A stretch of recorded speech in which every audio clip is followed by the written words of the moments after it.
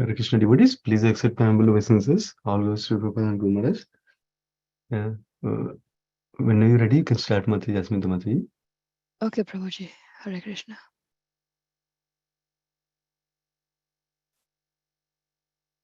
Hare Krishna devotees. Om Namo Bhagavate Vasudevaya. Om Namo Bhagavate Vasudevaya. Om Namo Bhagavate Vasudevaya. Narayanam Namaskrityam Naram Chaiva Narotayam Devi Saraswati Vyasam Tato Jayam Uddayate Nashtaprayashe Adpadushu Nityam Bhagavatam Sevam Bhagavati Uttam Sloke Bhakti Bhavati Naistake Vanchakripa Taruna Bhavaka Kripa Sindhu Bhava Evaka Patita Pavana Pavana Bhayo Vaishnavo Namo Namaha. Hare Krishna devotees, today I'm going to be going over chapter 13. Dhritarashtra quits home, verse 1 to 15. Text 1 to 15, sorry. Text 1. Sri Sutta Goswami said, while traveling on pilgrimage, Vidura received knowledge of the distinction of the self from great sages Mithya and then returns to Hastinapur. He becomes as well versed in the subject as he desires. Text 2. After asking various questions and becoming established in the transcendental loving services of the Lord Krishna, Vidura retires from putting questions to Mithya Muni. Text 3-4. When they saw Vidura return to the palace, all the inhabitants, Maharaj Yudhishthir, his younger brothers, Dhritarashtra, Sukhya, Sanjaya, Kripacharya, Kunti, Gandhari, Draupadi, Subhadra, Uttara, Kripi, many others wives of the Kauravas, and other ladies with children, all hurried to him in great delight. It is so apparent that they had regained their consciousness after a long period. Text 5. With great delight, they all approached him as if life had returned to their bodies. They exchanged obeisances and welcomed each other with embrace. Text 6. Due to anxiety of long separation, they all cried out of affection. King Yudhishthir then arranged to offer sitting accommodation and reception. Text 7. After Vidura ate scrumptiously and took sufficient rest, he was comfortably seated. Then the king began to speak to him, and all who were present there listened. Maharaj Yudhishthira said, "My uncle, do you remember how you always protected us, along with our mother, from all sort of calamities? You particularly, like the wings of the birds, saved us from poison and arson." Text 9. While traveling on the surface of the earth, how did you maintain your livelihood? At which holy places and pilgrimage site did you render services? Text 10.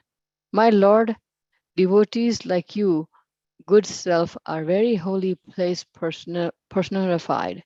Because of you carrying the personality of Godhead within your heart, you turned all places into place of pilgrimage. Text 11. My uncle, you have been visited Dwarka. In that holy place, are you our friend and well-wisher? The descendants of Yadus who are always wrapped in services of the Lord Sri Krishna. You might have seen them in heard about them and heard about them. Are they all living happily in their abodes? Text 12. Thus, being questioned by Maharaj Yudhishthir, Maharaj Vidur gradually described everything he had personally experienced except news of the annihilation of the Yadu dynasty. Text 13. Compassionate Mahatma Vidur could not stand to see the Pandavas distressed at any time. Therefore, he did not disclose the unpalatable and unbearable incident because calamities come to their own accord. Text 14. Thus, Mahatma Vidur began treated just like a godly person by the Kismans, remained there for a certain period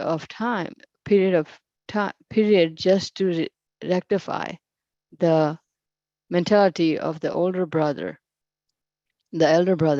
and in this way being happiness to all the others. Text 15. All, as long as Vidura plays the part of Sudra, being cursed by Mundaka Muni, I am officially at the post of Yamraj to punish those who committed sinful acts. Hare Krishna, Prabhuji. Thank you. Yeah, thank you so much, Prabhuji. Yeah, Sri Krishna Prabhuji, when you're ready, you can start, Prabhuji. Yeah. Hare Krishna. Thank you very much, Guruji. Hare Krishna. Please accept my humble obeisances. All glories to Shri Prabhupada.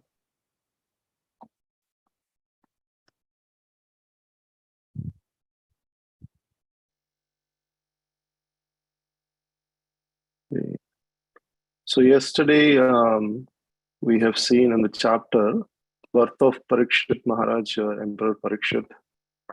So Parikshit Maharaj was actually saved in the womb of Uttara, and then we saw how Lord Krishna was personally present with the Pandavas, and he was actually helping Yudhishthira Maharaj to collect several riches that was required to perform the Ashwamedha sacrifice. And then once Krishna was sufficiently satisfied that Pandavas is going to carry on, then he leaves to Dwaraka and faring, bidding farewell to all of them. And then this chapter is titled as Dhritarashtra Quits Home. So here, basically, Sutta Goswami was narrating a particular pastime, how Vidura, who was actually very close to Kauravas in the assembly, but he had to leave the assembly because of Duryodhana was very disrespectful to Vidura, and Vidura took that opportunity to leave that ghastly warfare, which was not at all justified in any way. So he took that opportunity to go to a holy pilgrimage. So right now Sutta Goswami was describing how Vidura actually, after all of the war has completed, now the Pandavas were victorious and they performed Ashwamedha Yagyas. And now Vidura is actually coming back to the Hastinapur, which is the headquarters of their kingdom. So it starts from text 1, where Sutta Goswami was saying that Vidura actually came back from the pilgrimage. So what Vidura did, like he gives a little bit of hint about what Vidura was performing during the pilgrimage.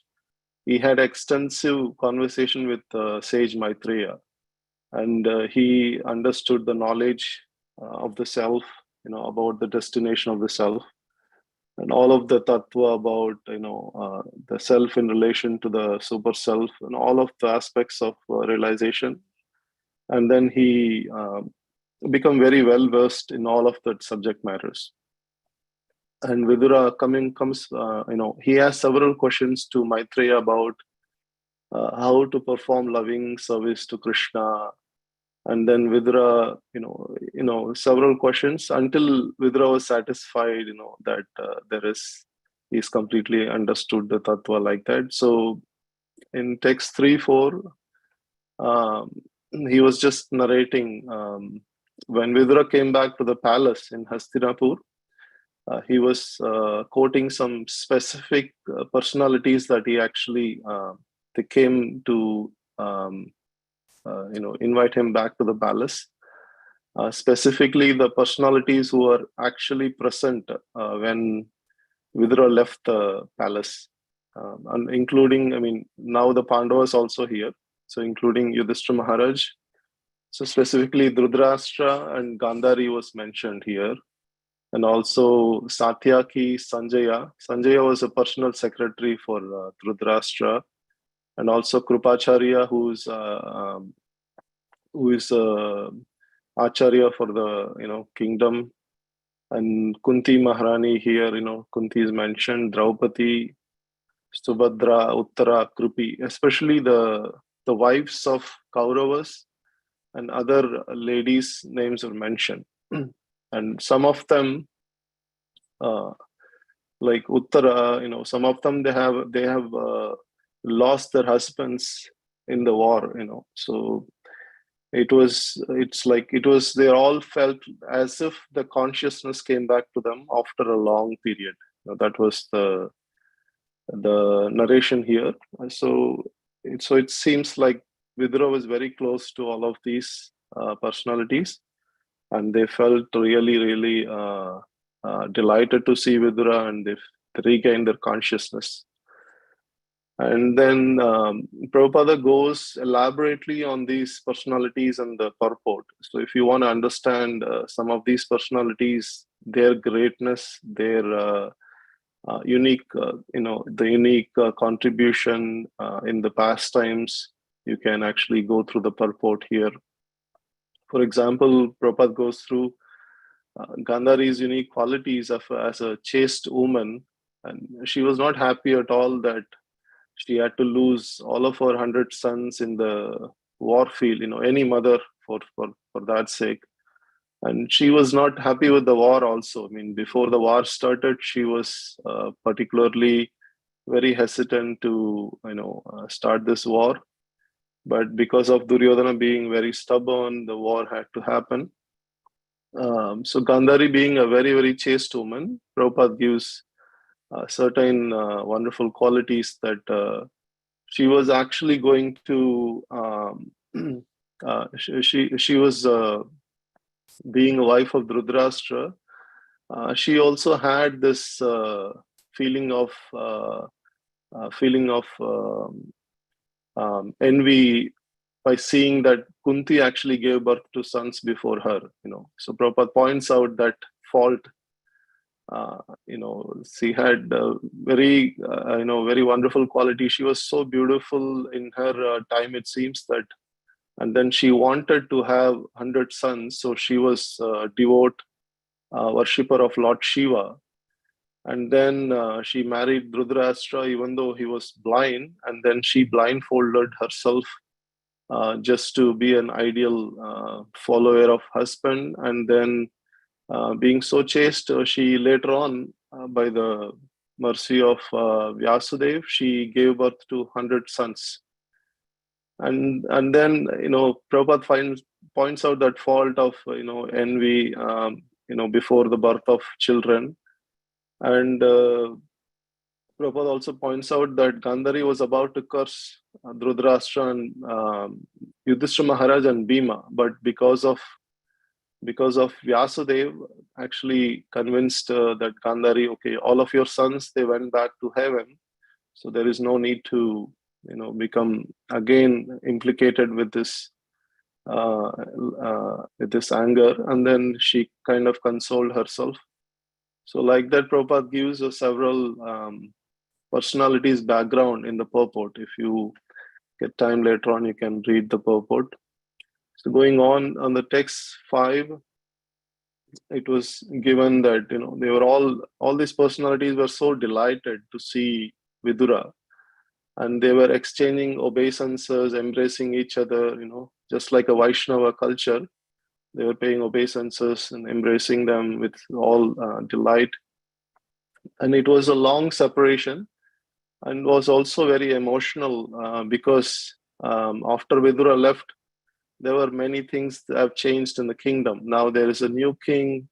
Yudhishthira Maharaj become the king, and a lot of personalities have died. So there was very emotional feelings where exchanges were going on.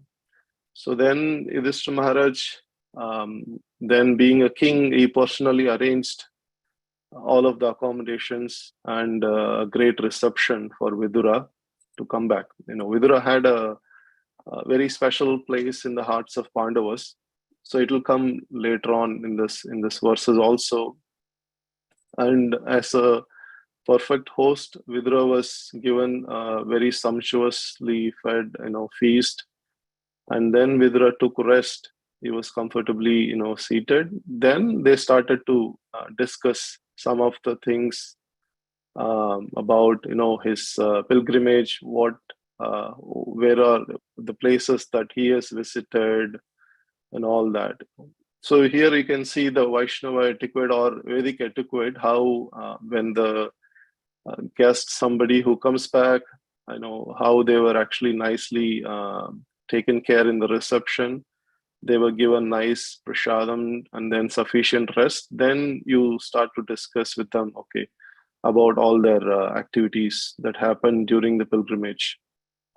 So here Yudhishthira Maharaj, starting to say that, oh, uncle, like Vidura, how do you remember how you protected us from all the dangers? Like, for example, he gives some examples, and he also gives a similarity how a bird, with his wings, it actually protects the babies.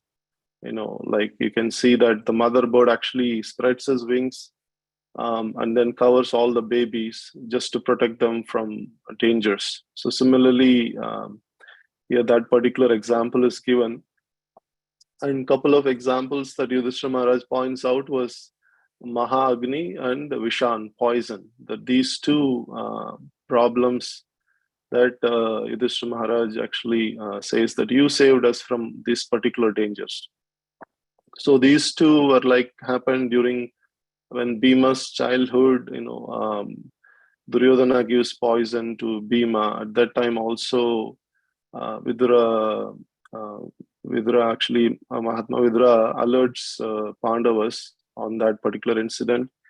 And during the Maha-Agni, that great arson, that Vidura actually alerts Pandavas that, okay, this particular palace is made of, ignitable materials, and it was made to, put fire, and later on.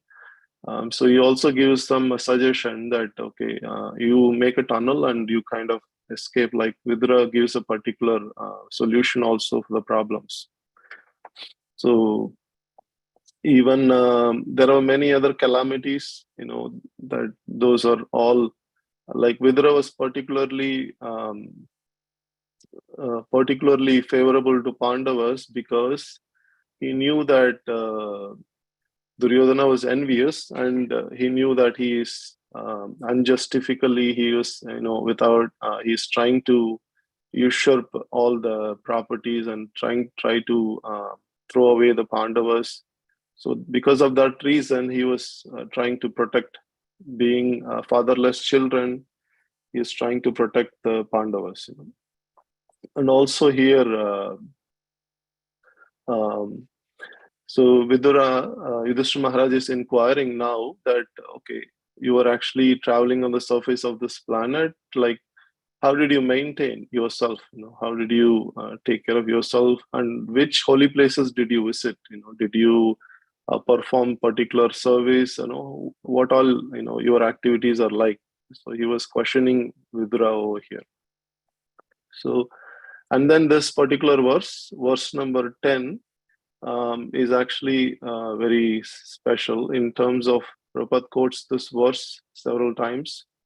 This verse number 10 actually says that Tirthi Kurvanti Tirthani, like Vidura being your devotee of the Lord, wherever he goes, he carries the personality of Godhead within his heart. Tita Bhutaha Swayam Vibhu. So Vibhu means, the greatest personality or supreme personality of Godhead. So here in this verse, it says that actually devotees, Yudhishthira Maharaj is glorifying Vidura, that devotees like yourself are holy place personified, like a moving holy place. And you carry the Supreme Personality of Godhead in your heart. So wherever you go, it turns into a place of pilgrimage. So indirectly, Yudhishthira Maharaj is glorifying Vidura that, you visited so many holy places, but you yourself is a moving holy place, that you carried the Supreme Personality of Godhead in your heart. Like that, is a topmost glorification for any devotee, So this is a glorification from Yudhishthira Maharaj. And then Yudhishthira Maharaj is also saying that he is touching upon remembering Krishna over here. So he's saying, you must have visited Dwaraka also, So you must have seen our friends and well-wishers in Dwaraka who are so much devoted to Lord Krishna in his service. So would you also please, are they all happy, in their kingdom, in their abodes? So like that, he's inquiring about Dwarkavasis and devotees of Lord Sri Krishna, including the queens and including all the associates of Krishna in Dwaraka. So and then, so in the verse number 12, after questioned by Yudhishthira Maharaj, Vidura gradually is starting to describe the several holy places and several kingdoms, how he took care of his day-to-day activities, like all of those things he started to describe. But one particular thing mentioned in this verse is he did not describe the annihilation of Yadu dynasty. So we can see the chronology here. The chronology is when Vidura returned back to Hastinapur, that time the annihilation has already happened for the Yadu dynasty. So that's the chronology here. And he's not going to describe those because he doesn't want to distress Pandavas. He doesn't want to see them distressed. This could be very, very, very, very sad news for them. So that's why he didn't want to disclose, except that he was describing everything else on this pilgrimage. Then also here, another reason why he did not disclose was mentioned here. Sarvesham Sukham Avahan. So he wanted to, see them happy. He doesn't want to give unpalatable, unbearable incidents. So Sarvesam Shukam. So that is the intent. The intent was to see them happy, and he could not stand to see them distressed. So that's why he could not disclose any thing, which is unbearable, like incidents, calamities, things like that. It is also here one other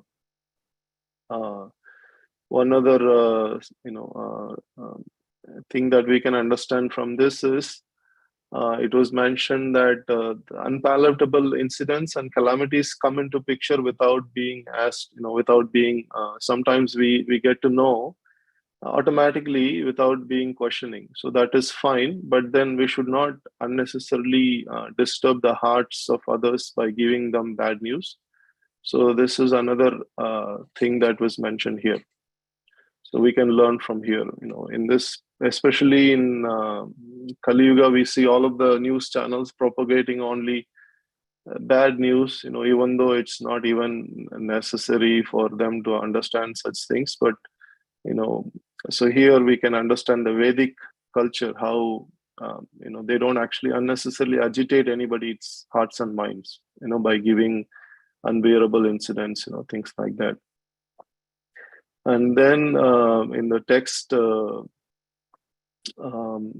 14, Mahatma Vidura, he was, it was mentioned here that Vidura actually stayed in Hastinapur for a certain period.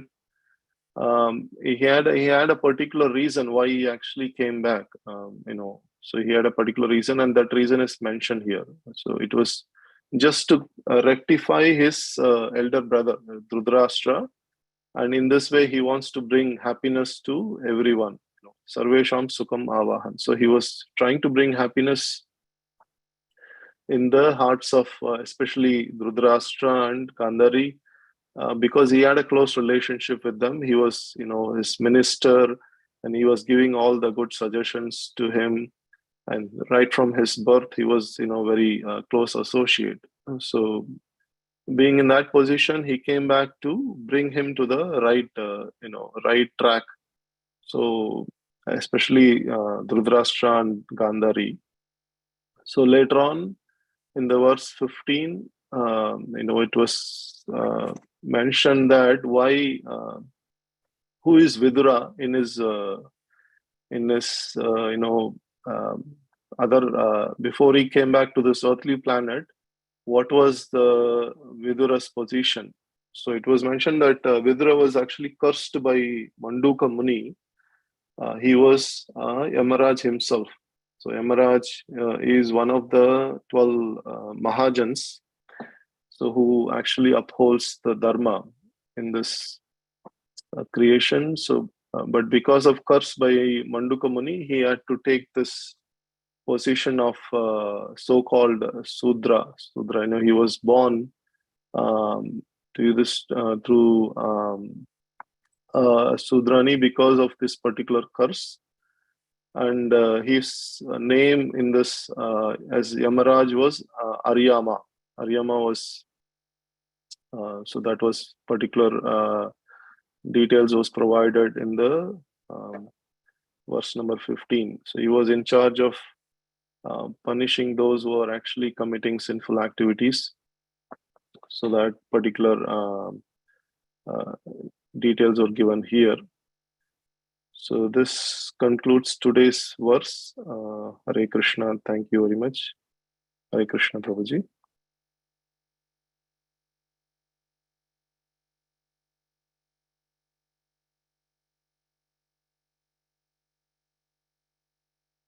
Hare Krishna, Sundarama Prabhu. Oh, sorry, bro. I was in mute. And thank you so much, Prabhuji. Wonderful explanation. Let's offer obeisances. Srimad Bhagavatam ki jai. Srimad Prabhupada ki jai. On obeisance to all the devotees also. One chapter of the question. First, to be with you. Thank you so much, Prabhuji. Hare Krishna. Hare Krishna, Prabhuji. Thank you. Thank you very much, Prabhuji. Hare Krishna.